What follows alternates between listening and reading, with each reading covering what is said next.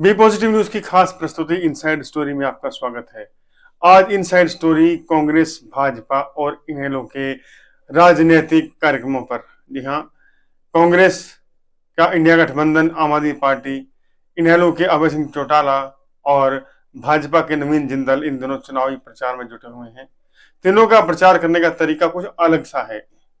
अभय सिंह चौटाला जहां किसानों के बीच जाकर चौधरी देवीलाल और चौधरी ओम प्रकाश चौटाला द्वारा किए गए कार्यों को लोगों को याद करवा रहे हैं, वहीं सुशील गुप्ता के लिए मुख्य हथियार स्थानीय मुद्दे हैं। सदन में 400 सांसदों का दावा भाजपा का एक अहम हथियार बना है आम आदमी पार्टी ने। उनका कहना है कि भाजपा जो संविधान को बदलना चाहती है, इसीलिए 400 सांसदों की बात करती है। वहीं साथ ही साथ बेरोजगारी और छोटे छोटे स्थानीय मुद्दे, मान लीजिए आप कुरुक्षेत्र में है तो यहाँ का मुद्दा, लाडवा में है तो वहां का मुद्दा, इस तरह बड़ी चतुराई के साथ आम आदमी पार्टी के जो उम्मीदवार है सुशील गुप्ता, वो चुनाव प्रचार में जुटे हुए हैं। वहीं जहां तक बात की जाए भाजपा उम्मीदवार नवीन जिंदल की, नवीन जिंदल के बारे में एक बात कही जाती है कि वो किसी की आलोचना नहीं करते, बुराई नहीं करते, केवल अपनी बात कहते हैं। हालांकि पढ़े लिखे लोगों को सही लगता है कि किसी की राजनीति में बुराई करने का फायदा क्या, लेकिन आम जनमानस यह सोच रहा है कि नवीन जिंदल कमजोर हैं, इसलिए वो दूसरे जो लोग विपक्ष के आरोप लगा रहे हैं उनके आरोपों का जवाब नहीं दे रहे। एक बड़ा कारण है जो नवीन जिंदल को थोड़ा अग्रेसिव होना पड़ेगा, क्योंकि आम जनमानस में यह एक धारणा जा रही है कि नवीन जिंदल तो कुछ विरोध ही नहीं करते, जो कोई नेता उनके बारे में कहता है तो उसका विरोध नहीं होगा तो लगता है वो सच ही बोल रहा है।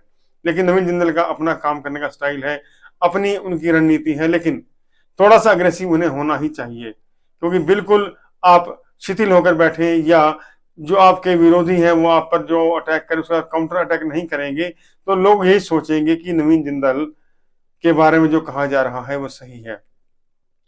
एक पहलू यह है कि उन्हें कोयला चोर कहा जाता है, दूसरा पहलू यह भी है कि नवीन जिंदल ने जब कोरोना के दौरान लोग तिल तिल कर मर रहे थे तब ऑक्सीजन सप्लाई की, पूरे इंडिया में लिक्विड ऑक्सीजन सप्लाई की।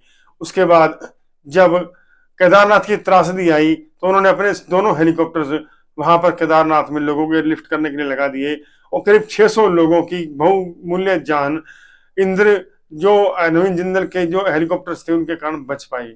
इसके अलावा जम्मू कश्मीर में जब बाढ़ आती है उस समय मदद करते हैं, लेकिन वो इन बातों को बताते नहीं है, ना मीडिया में, ना सोशल मीडिया में, और ना ही इसकी मुनादी पीटते हैं। हालांकि उनका तरीका सही है, लेकिन आज जनता चाहती है कि आपने क्या किया है उन्हें पता हो, क्योंकि जब विरोध करने वाले विरोध जोरदार ढंग से करते हैं तो आपको उसका काउंटर अटैक भी उसी जोरदार ढंग से करना चाहिए। अगर आप नहीं करते हैं तो इसका मतलब यह है कि कहीं ना कहीं आप गलती कर रहे हैं। नवीन जिंदल कई बार कह चुके हैं कि वो ना कांग्रेस की आलोचना करेंगे ना कुछ उनके बारे में कहेंगे, लेकिन जब इंडिया गठबंधन के उम्मीदवार जो सुशील गुप्ता है, कांग्रेस से समर्थन है, गठबंधन में इंडी गठबंधन के हैं, तो अगर वो बोल सकते हैं तो नवीन जिंदल क्यों नहीं। नवीन जिंदल का चुनाव प्रचार कुछ धीमा नहीं चल रहा है, लेकिन अग्रेसिवनेस जो दिखाई देनी चाहिए नहीं दिख रही है, आक्रामकता नहीं दिखाई दे रही है। लोग कह रहे हैं नवीन जिंदल पीछे है, लेकिन अगर आप भाषणों के उसमें देखें तो भाषण देने मात्र से वोट मिलने की गारंटी नहीं होती।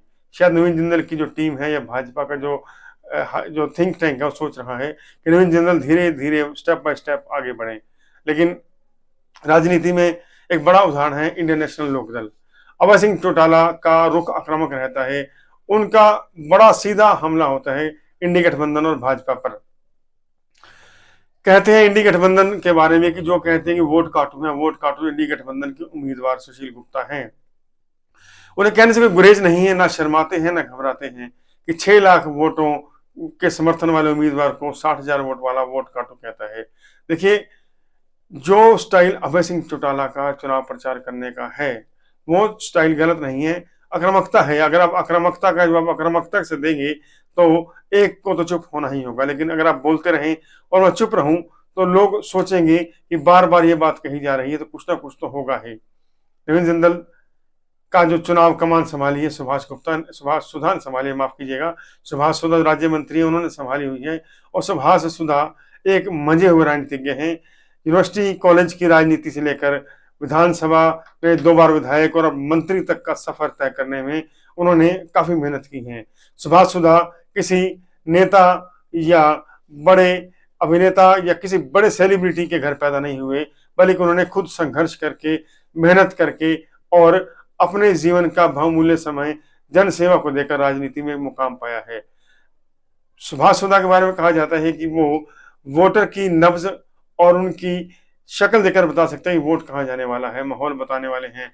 ऐसे में सुभाष सुधा के सिर पर भी काफी दारोमदार है, क्योंकि सुभाष सुधा इस समय नवीन जिंदल के रथ के सारथी हैं।